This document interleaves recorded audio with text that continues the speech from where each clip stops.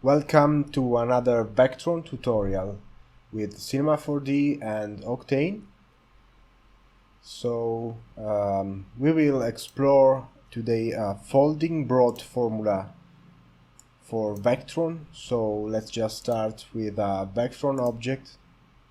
This is the default sphere. You can see the code that defines Vectron sphere here.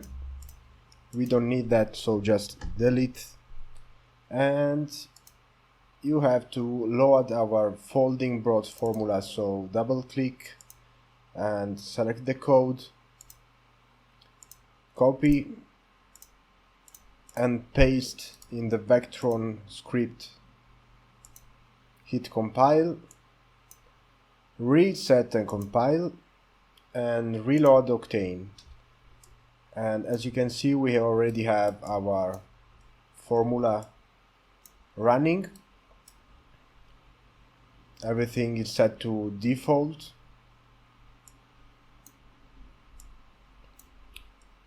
And let's just add a daylight. So we have some light on the fractal. Something like this.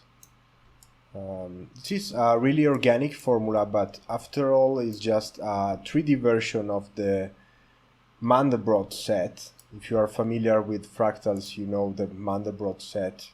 You can actually see that by changing the bounds. So if you set the bounds to 10, you can see the Mandelbrot set.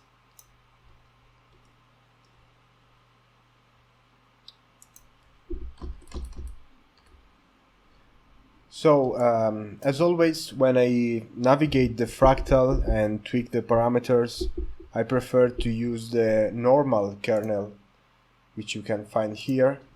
So you have a real-time representation and feedback of the shape of the fractal. And the other trick I always use is the array epsilon. So in the Octane settings here, you can change the array epsilon, which will change the detail level of the fractal, and of course also the speed. So let's explore some parameters here. We have iteration, of course, bailout, and Z multiplier, which is usually set to -1. There's this parameter we've added, which makes everything more thin, like this.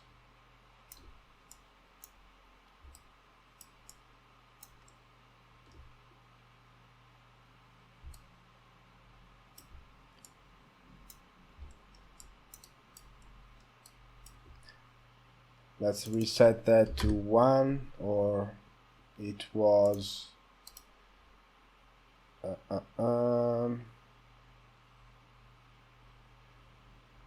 reset to this was 0. Then there's this other parameter, which is similar to previous vect multiplier. Then you have a box fold, which fill the space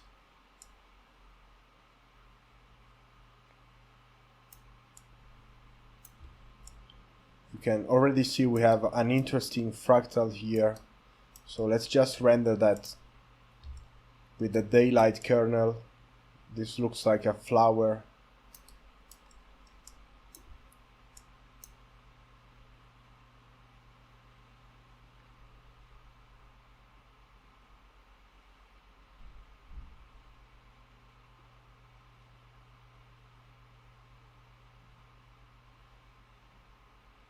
And this is looking really nice. We have a lot of details. And then let's see what we have here. So the box, let's reset the box fold to 0.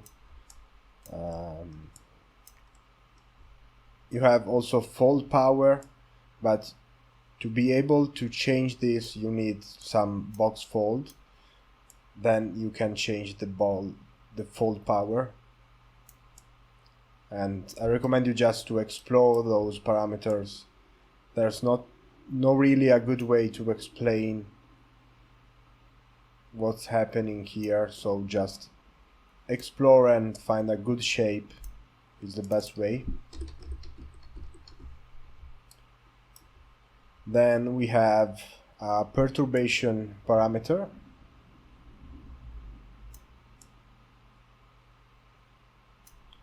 And the most cool thing here are the angles. So you can make a loop with those angles. So this frame is the same as this one, and you have many different angles, and things go really wild when you play with the angles.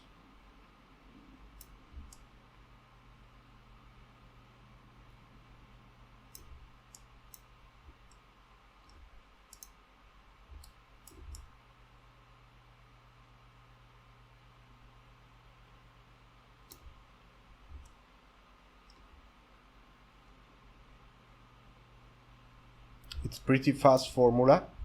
You can almost have a real-time feedback with no materials.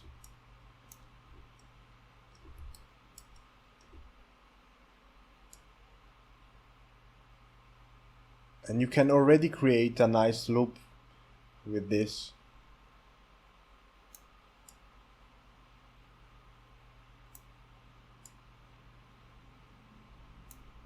Looks really organic. Let's reset all the angles to 0. So we are back with our Mandelbrot shape. Then we've added a Julia mode. So if you enable this, you will see just a sphere, but actually this is not a sphere. If you change the Julia parameters here, like this,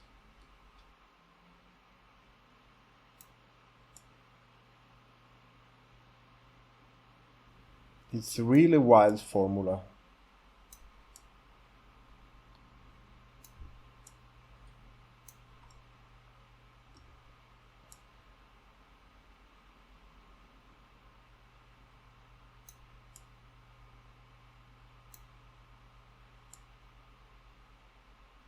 And also, if you are familiar with the fractals in 2D, you will see that this is a Julia pattern, always from the Mandelbrot set. Another cool thing about this formula is that if you set the fold to 1, the box fold to 1, and let's rotate this fractal so it looks like more a plane, like this, and you enable the Julia mode, reset that to 0, enable the Julia mode, everything will be really organized, and you can still play with the angles. Oh, not those angles, but these.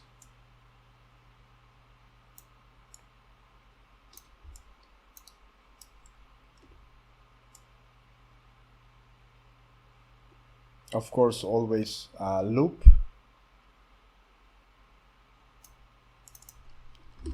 Also, these kind of angles will work. You can change the fold power, or even more box fold here.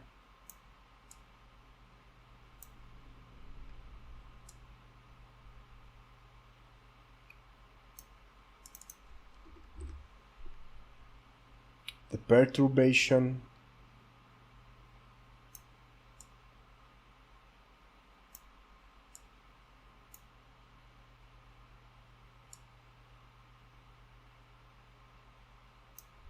It's a really cool formula. Then if you want to extend the domain of this formula, you can just change the bounds and increase that to, so you don't have any cut here, like this. And this is already looking like a landscape. So what you could do here is add some fog and get some depth, then create a material. Let's change the Julia here.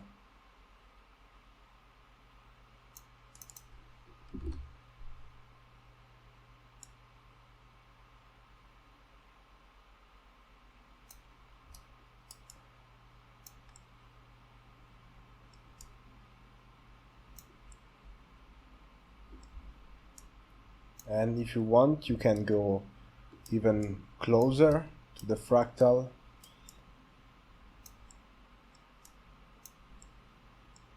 And find a good spot. I usually render things in a squared aspect, so let's see how it looks. And maybe change the daylight position here, so there's some more light in on the fractal, something like this.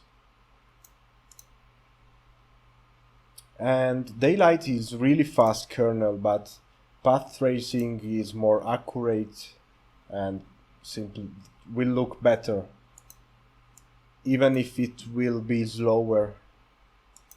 So let's try something like this and decrease the ray epsilon, so we have more details.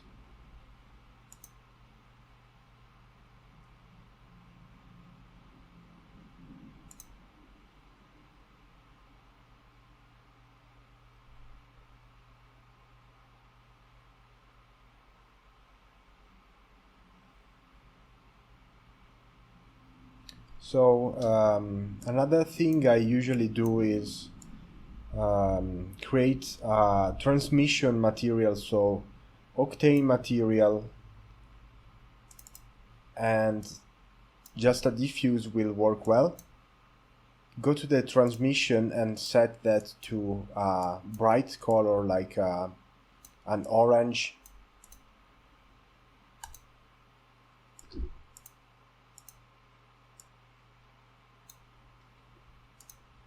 Reload octane, and let's see what we have here.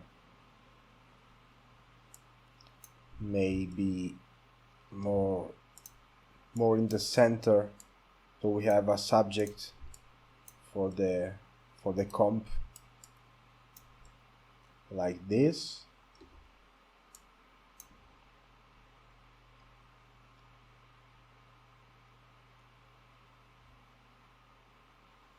Let's also create an octane camera and set the saturation in camera imager just a little more, so you can see the transmission, the orange from the transmission. Like, let's try 2, and decrease the daylight sun color to something more white,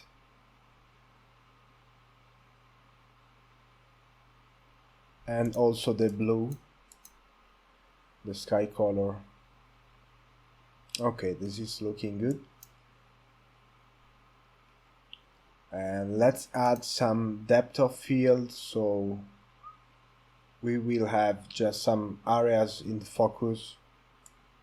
And this is under octane camera object, octane camera tag and depth of field.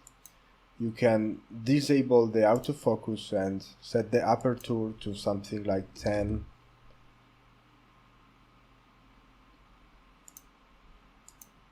and pick up your focal point, something around here, and just adjust your aperture until you are happy with that.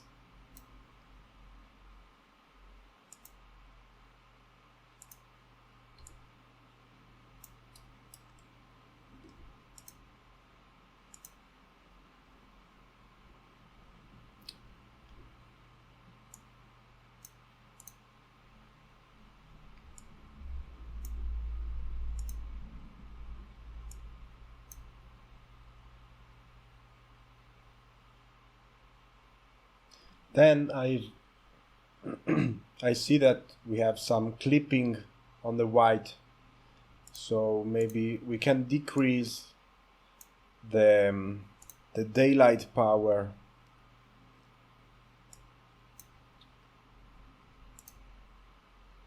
around 0.7, or increase the sky turbidity here.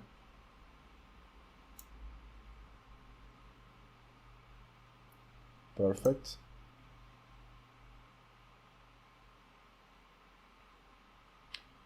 Another cool thing that you can do in Octane is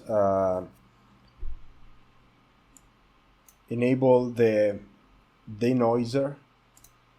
So if you enable this in your Octane camera tag, you will see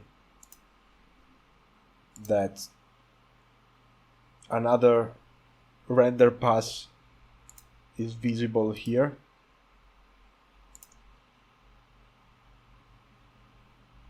And when you finish the render, 6 minutes is too much, so when you finish the render, it will denoise the image. So let's set that to a lower number, and you can change the response, something like that.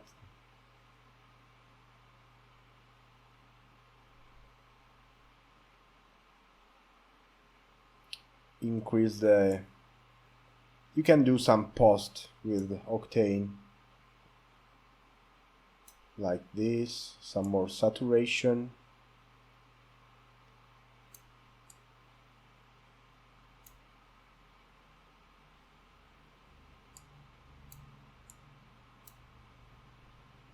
Add some glow.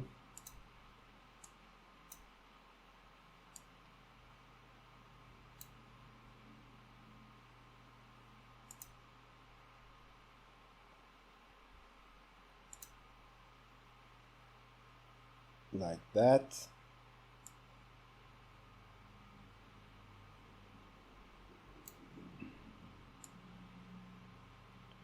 And then now the render is finished, and if you switch to the D main pass, you will see a denoised render. And this is already looking good. Of course, 1 minute is not enough for a good quality render, but you get the idea about how to make a very quick and dirty looking good render.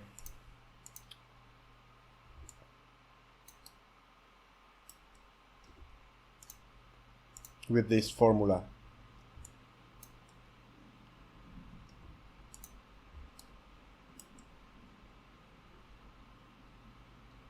Maybe something like that.